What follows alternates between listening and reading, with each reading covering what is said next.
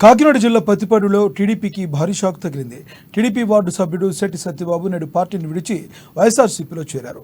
స్థానికంగా ఏర్పాటు చేసిన ఆత్మీయ సమావేశంలో వైసీపీ ఎంపీ అభ్యర్థి చల్మలశెట్టి సునీల్, స్థానిక ఎమ్మెల్యే అభ్యర్థి వరుపుల సుబ్బారావు ఆధ్వర్యంలో వైసీపీ తీర్థం పుచ్చుకున్నారు.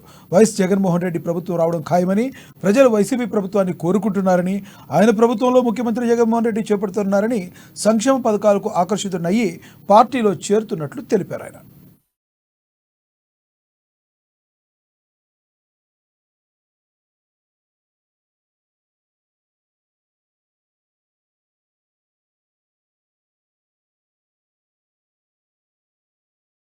పత్తిపాడు మండలం పోతులూరు గ్రామం మాది.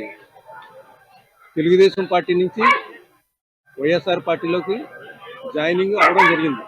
అది సుమారు ఒక 600 మందితో ఇవాళ నేను పార్టీలో జాయిన్ అవ్వడం జరిగింది.